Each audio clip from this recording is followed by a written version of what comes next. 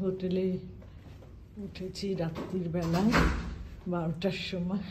এখন সকালে জল খাবার খেতে যাব নিচে।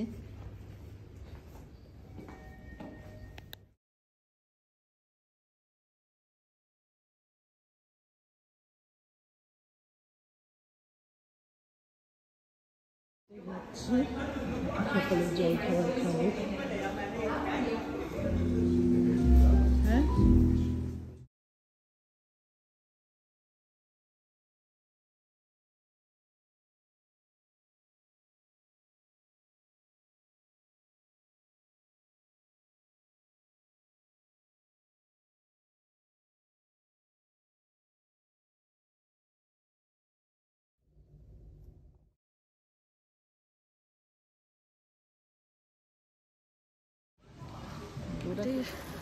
জন্মদিন উপলক্ষে লন্ডনে যাচ্ছিলাম। দুবাইতে এসে 2 দিন আটকে আছি বন্যার জন্যে। রাত 2:30টার সময় এই হোটেলে আসি, কারণ ফার্স্ট ক্লাস লাউঞ্জের কোনো সুবিধা পাচ্ছিলাম না বলে। আর বিমানবন্দরে কতক্ষণ বসে থাকবো। আমার প্রতিদেবতাকে আমি অনেক আপত্তি করেছিলাম, আমি যাব না, কিন্তু যাই বাধ্য হয়ে, এবং এই হোটেলে এসে উঠি রাত 2:30টায়। 2 দিন থেকে আজকে আবার চেষ্টা করছি, যদি পাই। জানি না, একটাও বিমান উঠছে না বলছে, জানি না সত্যি কি মিথ্যে। তো আমাদের দুবাই যেটা আসল বড় বিমানবন্দর, সেখানে তো বিমান নামেনি। অন্য বিমানে বন্দরে আমাদের নামিয়েছিল 2 ঘন্টার বেশি, 2.5 ঘন্টার উপরে আকাশপথে বিমান উড়ে চলছিল।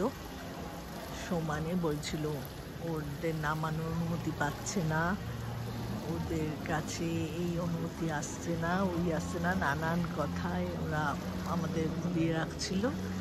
2.5 ঘন্টা উড়ে লাস্টে শেষে নামলো হলো দুবাইয়ের একটা বিমানবন্দরে, কিন্তু সেখানে এত অব্যবস্থা যে বলার নয়। এবং দুবাই বিমানবন্দরে যখন আসলাম রাত্রির বেলায় বাসে করে, তখন সেই বিমানবন্দরের অবস্থা দেখে আমাদের হাওড়া স্টেশনের কথা মনে হচ্ছিল। ভাবতে পারছিলাম না, আর বললাম না। খুব যুদ্ধ করেও আমার বড় পুত্রের জন্মদিনের দিন পৌঁছাতে পারলাম না।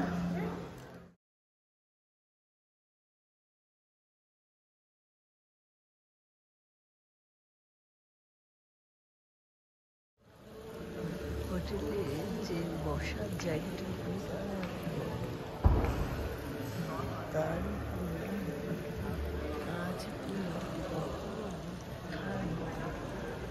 দিকটার কাছে এমন করা হলো যে আকাশে তারাগুলো ঝলমল করছে।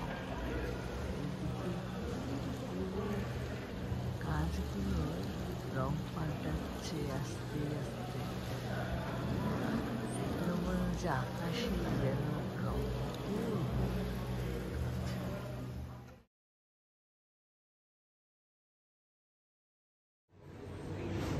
এই দুবাইতে বালির রাজ্যের উপরে কি সুন্দর সবুজ গড়ে তুলেছে।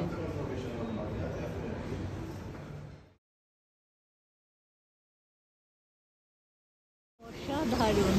এটা আবার রাত্রির দিকে রং পাল্টায়।